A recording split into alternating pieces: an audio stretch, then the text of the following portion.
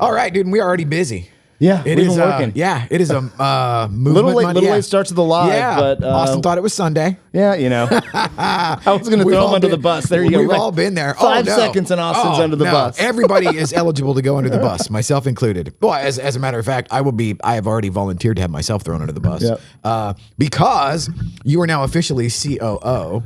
Yeah, I think that's the decision. We had a meeting yesterday with the team Jerry, and met the investor and just how we're going to structure things moving forward with roles and responsibilities and stuff. And I, for one, I'm feeling about 100 pounds lighter.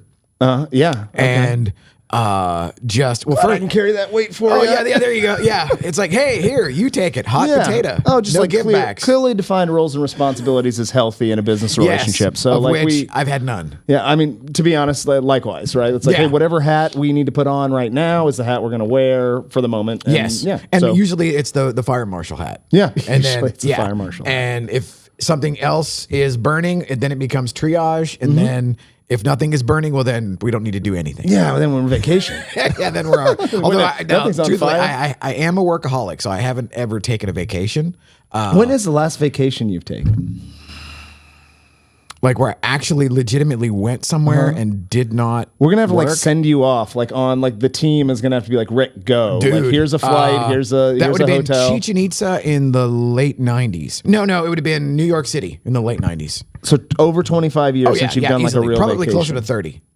Wow. Yeah, and I like when I was in the world of finance or project management or whatever, vacation equated to like buy something expensive instead of going like fill in the blank or whatever. Be like, well, let's go drop $4,000 on a Les Paul. Okay, that being fair. Yeah, like, okay. And so that when your getaway can happen in your living room, right? And thank God after however many years in sobriety it took for me to be like okay with guitar and all of that stuff again, because just of all the stuff it was associated with, I never quit. And the last thing I bought that would have been a distraction was a PS3, whatever year that was.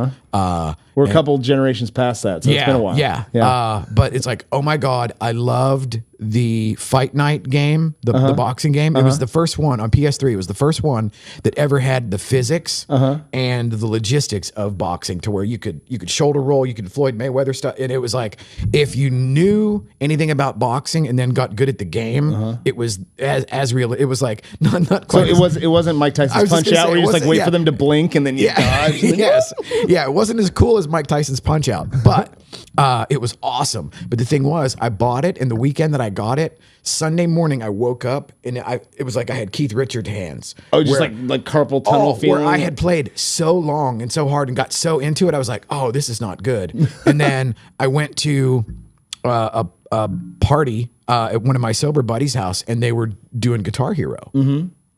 And they were all just like going ape shit over, it was either Walk This Way or Sweet Emotion on Guitar Hero. Yeah. And dude, they handed it to me, and it was like, I ate shit in like, and you can play Guitar Hero? Or you're like a no, I had never done it before. And they're all laughing their ass off. And I was like, I could actually play this in real life. Yeah. Like and it was like, that was the switch that flipped, where I was like, okay, I'm never doing that again. Yeah. And I went home, I put the PS3 in the garage. And ever since then, if I had, downtime or whatever, I will literally sit on the couch and just play guitar along to YouTube. Yeah. Which, if I had had that as a teenager, I might not have led the seedy existence that I once had. Kat has a desire to get into guitar, and I'm left-handed, and I play left-handed guitar, so there's 4 or 5 left-handed guitars around the house. You got real ones, play. so like the Taylor's sweet. I've got a you saw the Taylor and the Rick got to come to my house last week. My Taylor's my baby. I've got a Martin backpacker that I carry around. Nice. Okay. I've got an old like Martin spin-off like Sigma guitars. Yeah, that would be that was my first one. So I got that from like a relative that passed away. Like it was in the attic, rusty and old. Right. And I flipped it. I flipped the nut and everything from right to left-handed. Which is the nice thing where it's like, okay, the pick guard's upside down or whatever. The pick guard's upside down, and then the saddle is a little angled. Yeah. So like if you get high on the fretboard, which I don't care about, because it's like acoustic, open chords that you're trying to learn. Right. As you get high up on the fretboard, it gets a little. But what's crazy? So off. I remember in the early '90s when Guitar Center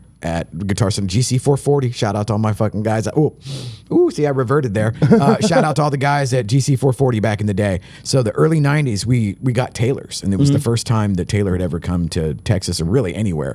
And I remember the first time I picked one up, and it was like, it felt like it had a Les Paul neck on a Martin body. And I was like, whoever made this is a god. That it was like, this is the exact thing that an acoustic guitar should be. Because, you know, the classic like Martin Dreadnought or whatever, the D45. Well, it feels like it's as big as a Volkswagen. And it's like, unless you beat the hell out of it, it doesn't project. But if you do, well, then it sounds great. But then who has the stamina for that shit? You know?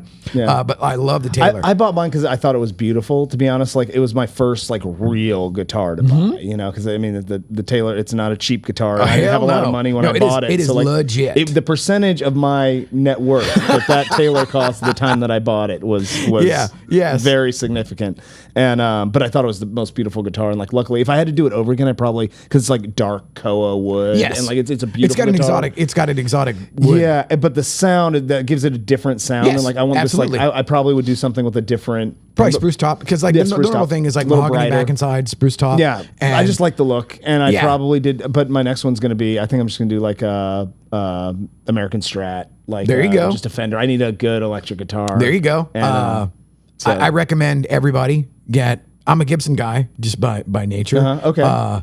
But I still have the American 70s American Standard, which it's got, you know, a chunky neck or whatever, and it's cool. So what's the comparison? Like, if I'm looking at like a Fender American Stratocaster, like that standard, like, you know, sunburst, cool. Yeah. Like, what's the Gibson comparison? Oh, there it gets a little dicey, because I don't know, American Standard Strat's probably like in the $2,000 range. About $2,000, something like that. But depending on like for a Gibson Standard Les Paul, you're probably double that. Yeah. The reason being is that Leo Fender, he was the Henry Ford, where he literally got the assembly line where they come off the assembly line and they don't suck, which was that was the holy grail. And so he figured out, you know, the Rosetta Stone or whatever to make that work, and then various iterations of that.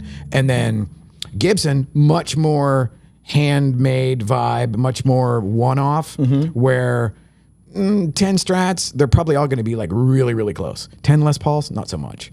Because like the one that I have now, I bought it, and it was it caught my eye. As like, not so much like they'll all sound very different. Oh, they all sound very similar, because the electronics and the hardware are going to be the same. You know, model to model, they're all going to be the same. But like a Les Paul, mahogany back with and sides with a body mahogany neck, usually like a rosewood fretboard, maple cap, and so there's a bunch of stuff that goes into that is different. Where Strat is going to be just book matched, and it's all going to be the solid tone wood. Maple neck, I prefer a Fender with a maple neck with the high gloss versus the rosewood. Which Strat is going to be way brighter, way more high end, way more cut through. The Les Paul is going to sound. But the Les Paul's heavy as shit too. That's the other thing. But yeah, the Les Paul I literally was walking out the door. I'd played through 5 or 6, and dude, it wasn't that the money was burning a hole in my pocket, but it was definitely warm. And I saw it, and I was like, dude, what is that? And it was, because I didn't want a gold top, because that's like in the 50s, the gold top was the Cadillac. That was the thing that it was like, if you had that was showy, because it was like probably like $800 in 1953 money. You know? Gotcha. And it was called Bullion Gold, and it's a 1960 classic with a V taper neck, and so it's just a bunch of esoteric shit that they handed it to me over the desk, and I did that, and I was like, yeah, that's the one. And just bought it. Yeah, never plugged it in. Yeah, really. Yeah, never plugged it in. After doing all of the after literally playing every one there that they had, and then you just took that one, like, this one feels right. And it was like, are you happy with that purchase? Oh yeah, absolutely. I love it. I love it. Now my actual go-to is my Joan Jett Melody Maker. Which is pardon my ignorance. You're gonna have to like give more detail. It's like, welcome to Guitar Talk, which is I love it. Derail. Yeah, but like the thing is, I love this stuff, and I never get to talk about it. And then you actually do play, and it's like when I saw the Taylor, it was like, okay, well, even if you were terrible, you have good taste. So I mean, that counts. But like the Melody Maker is the 50s version of the student guitar, and so in the 50s, everything was American made, and all it was bigger parts whittled down for a kid. And Joan Jett had always played Melody Maker, so like if you go back and see all of her it's a original white finish, and it's just beat to shit. And then she had a Seymour Duncan hot rod pickup put in it and a kill switch, so it only does one thing, and it's got gigantic balls. So, I mean, it is just like huge. And then a kill switch. So it's either on or it's off, and it's either all or nothing. And I love it. And the funny thing is, one of my good friends back in the day, Mike Scascia, who was the guitar player in Ministry, and he's from Dallas and in Rigor Mortis, one of the original thrash metal gods. He worked for Gibson, and we had this history of just making fun of each other, busting on each other, like. And so he goes, dude, I found, and I'm at the guitar show, like, I don't know, 2006 or whatever, working for Brooke Mays, and he says, dude, I got the guitar for you. No, it was earlier than that. No, it was, no, I wasn't working for Brooke Mays. I was just there, and I actually had money. He said, dude, I found the exact guitar for you. He goes, go over there, and it was these guys from Houston. He goes, the Joan Jett, and I thought he was yanking my chain. Like the minute I said like, oh dude, it's killer, he goes, Joan Jett, you know, like or whatever, to bust on me. You had you walked in with a lot of ease, dipped your toe in the way. And then he's setting you up. And then I went and I plugged it in, and I was like, and I came back around. He was at the Gibson. He was in the Gibson trailer. They had like these, you know, RV looking trailers with like museum pieces in it. And I came back and I was like, dude, that guitar is badass. He goes, yeah, what'd you think, man? And he goes, of course. And so I immediately ran back over, and it was like one of those things where it's like, okay, peer pressure dissolved. I can go back over and buy it. And it's been, and I've actually had it worked on over the weekend. I should get it either today or tomorrow. Jerry's, a close friend of Jerry's is a luthier. And so I gave it to him, and then they were supposed to have, who works on your guitars? You got a guy. I need somebody to work on my Taylor pickups. Oh yes, absolutely. Okay. Yeah. So yeah, Reese is totally on board. And so I gave it to Jerry like Wednesday night or something, and then on Friday he goes, okay, Reese said this was way dirtier than he thought. And so it's like, as you know, like my proclivities here, it's like, as long as it works, I don't care. Yeah. And so it was just, so I'm super excited to get it back. So you're gonna get like the next couple days. Oh yeah, probably like today or tomorrow. And then we'll see you. Take a day just wailing on it, and and the thing is, it's like I love it. It's it's a 3/4 scale, so it's a short scale guitar. So like I have a thing for short scale basses, and obviously, but short scale basses and 3/4 guitars. And so I have a bunch of weird stuff like these Japanese. There was this weird thing where American made Fenders were always the best, and then in the 90s, the Japanese made start to catch up. And then as everything kind of splintered out and atomized into the pack rim and wherever else they get made, the Japanese stuff kept the quality. And then the Japanese folks would make stuff that you couldn't get in America. So I have these PJ, it's a precision and a jazz combined, but it's a weird thing. It's like metric or whatever. So it's like 0.79 scale or whatever, where, to the American manufacturers, it doesn't compute. That would probably feel better for me too. Oh like yeah, dude. Smaller. Yeah. When I've got two of them. So like. I mean, I'm left-handed, so I've got to go find, I got to go drive down to Houston. You never find one of these left-handed. It was like, I had to order these from, I think either Chicago Music Exchange or Reverb. Because like, one of my things is like, I never gambled, but I would go through these periods where I would buy shit off of, the reverb.com, which is essentially like if you took every music store in the country and made it like eBay, but that's all it is. Oh, I could go nuts on there every day. There's still stuff in my cart that I'd be like, $4,000. Yeah, my uncle says there should be like a breathalyzer on his computer because he comes home with another good. You get too many beers in you, and you come home with a guitar. Oh, dude, like before his Amazon checkout or whatever. Dude, you know what's funny is back in the day at Guitar Center, that happened. On the regular. People just come in hammered. People come in Friday night hammered drunk, and they'll throw a couple grand on the credit card and come back Sunday morning. My wife said I had to bring this back. It's like, sorry, bro. I feel you, man. Yeah. And then of course you have to eat the commission too, because bummer. Is it all commission at It was. I don't know what it is now, because when I worked there, it was privately owned. No, I got you. And so then it was total used car sales. That's how it was taught. It was like nothing had a price tag. So if you said, "Hey, how much is that black Strat? Oh, what are you playing now, man?" You fill out the price point. Yeah, and be like all that sales 101 stuff. So it's like, what are you going to run it through? What do you got in an amp? So it's always answer a question with a question. All that. Yeah. Cool.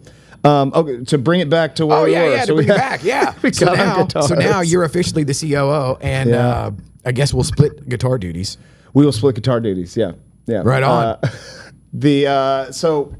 Yeah, I mean the goal is I'm handling kind of operations finance, and you get to still be vision man for all of this stuff. Yeah. And then I guess one of the big things we're looking for right now is I'm really looking for specialists in our ecosystem partners that are looking to do something like this on a regular cadence. So like once a week. Absolutely. So we've got a package we put together, and give me a holler, DM us, or call Rick if you're like, oh, this is me, I've got an idea. But if you got an idea and you got something you want to say once a week for about an hour, we'd like to help you put that message out. And to only like tease just a little bit of, and give you kudos for what you put together for the upcoming large brokerage that we are working with next month. Oh yeah. So here in a couple weeks, we have, they're getting it at a discount. Yes, they're getting a deal for this, but we built a workshop that really focuses on niche selling in a sense that we talk about the importance of specialization and the value of specialization, kind of the psychology of, or the science of how your brain establishes trust and how we deal with emotion, how we make decisions, to kind of set the stage for why we need to specialize. And then we'll kind of walk you through, what do you love? Yeah, what does that mean for you? Yeah, what does that look for you individually? We help you build an ideal client avatar. And then we put a video framework together that really helps you replicate your message, right? You know exactly who you're talking to. You know exactly what you're going to talk about because we've identified all their pain points. And then it's just rinse and repeat this message, right? And the beauty of it is the highlight of the workshop is the encore is in the mobile. Yeah, so we'll do a whole day, a whole session of like building this message. Then we'll let you go home. You'll book a time slot for the next day, and you'll come back in, and we'll actually lay down. Do a little recap, first video. Little refresh.